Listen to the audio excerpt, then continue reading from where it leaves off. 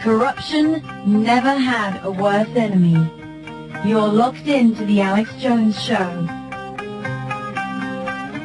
1-877-590-5525 across the country, locally in Central Texas, 836-0590. Your calls are coming up in the next segment throughout the rest of the transmission.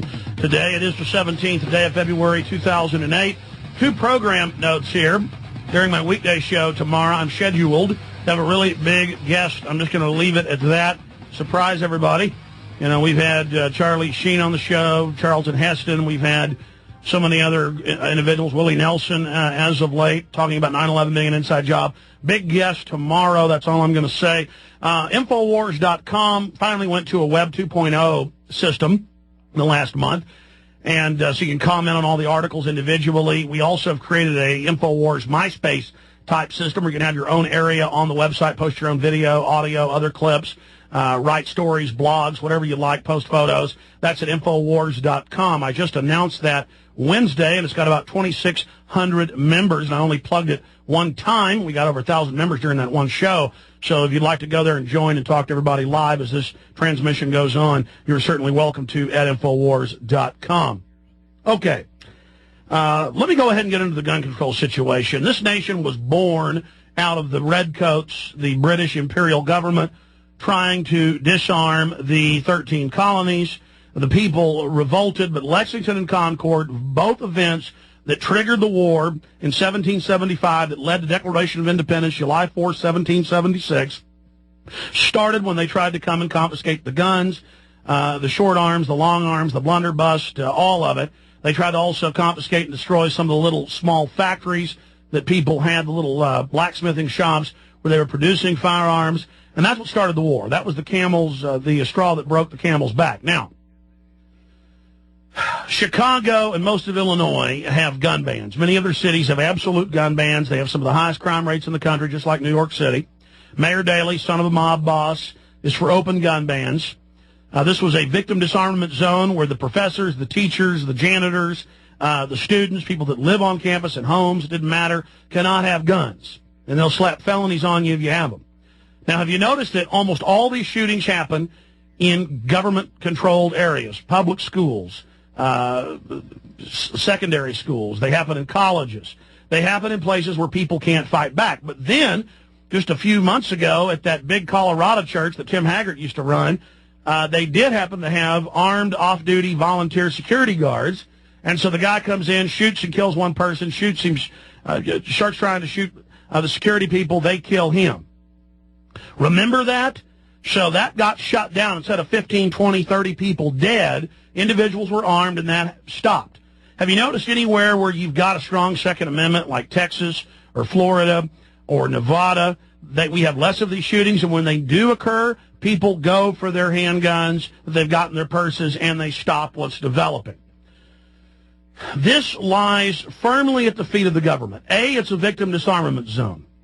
And the more shootings there are, and the more publicized they are, shootings are actually down. They peaked in about 1989. Mass shootings actually peaked in 89. But there has been, I've seen government studies on this, as much as 3 times the reporting on them since Columbine on April 21st, 1999, in Littleton, Colorado, suburb of Denver. So since then, they have had at least triple the reporting on them, endless hype, endless fear-mongering, calls for victim disarmament, calls for restricting the bedrock of our Constitution, our Bill of Rights, the Second Amendment. And you notice that they just keep pushing and pushing, and they're always passing more gun control. And then the answer is always more. Handgun Control, Inc. and others admitted strategy is incremental, death by 1,000 cuts, as they've said. They want to have abolition of, quote, civilian ownership of firearms. That means us. We have a military form of government. Sarah Brady, on the floor of the House in 87, said that they want a socialist America, and to have that, they've got to disarm us and have gun control. Earlier this year, the biggest gun control act ever passed the House and Senate. Now the Supreme Court is hearing, for the first time in over 80 years, a gun control case. I predict they will rule in favor of gun control, but the media will spin it and claim that it's a pro-gun control ruling. They've been doing that at the appellate court and at the different circuit court levels, they will say, yes, you have a right to own guns unless we restrict by law. Well, that's a restriction on the Second Amendment. But then they spin it. Just like Texas passed a property owner's Bill of Rights in the last legislature, and you go read it, and it says you actually don't have property rights now if the state or a private interest wants to take your land in accordance with New London versus Kelo decision from Connecticut. Go read it. And by the way, my dad owns several big pieces of property, family land, and he's been sent by the state and by some energy companies things saying, listen, if you don't take the amount of money we offer you for this or that, or if you don't let us have your land, we'll just go ahead and take it under this new law. So this is, but they tell you in the media it was, oh, you're getting some new property rights. Well, we already had absolute property rights. Why would we need new ones? Well, I remember back in 2004, they passed the Patient's Bill of Rights. You read the bill? It meant you didn't have health privacy. It meant that all of your data, from prescriptions to hospital stays to doctor's visits, if your doctor takes Medicare or Medicaid, not even if you're taking it, just if they take it, it's all uploaded to the feds. No judge, no jury, no warrant. So, see, they call it's a new strategy they've had the last 10 years. Before, they would just lie or spin. Or they would openly announce they were for gun control, and then we'd have a fight with them over it, and we'd win. Now they say, oh, you're winning, you pro-gun people. No, we're losing the Second Amendment right now. It has never been a worse attack, and of the Supreme Court rules coming up in March, as they are predicted to, the, quote, Republican-dominated courts, see, they're not going to save you. If they rule, and you watch they will, because other federal courts have been ruling, that, oh, you got a Second Amendment right to keep and bear arms unless prescribed by law. That's saying, yeah, you can have liberty and freedom unless we say so. Well, if they can take it away, you don't have liberty and freedom, and then at the state and federal and local level, they can restrict. So that's what's happening right now, ladies and gentlemen. So this was a government victim disarmament zone where they wouldn't let you protect yourselves. I mean, because we have these people on Prozac and other drugs that admittedly make them have psychotic breaks and go out and kill people, that's admitted in the drug inserts, right there on the bottle. Because this is happening, that's all the more reason for us to be armed. Then on top of it, it's not just a victim disarmament zone. He wasn't on the, it's not just that he was on the drugs again. He was. Then it's the media hype and the way they're copycatting and the way they're giving it massive coverage.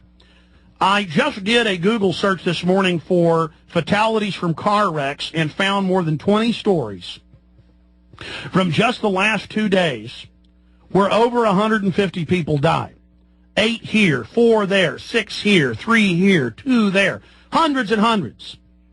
8 people. It was 7, now it's 8. Looks like a 9th may die on the when the people are drag racing and the cars collide. Are we going to ban cars now?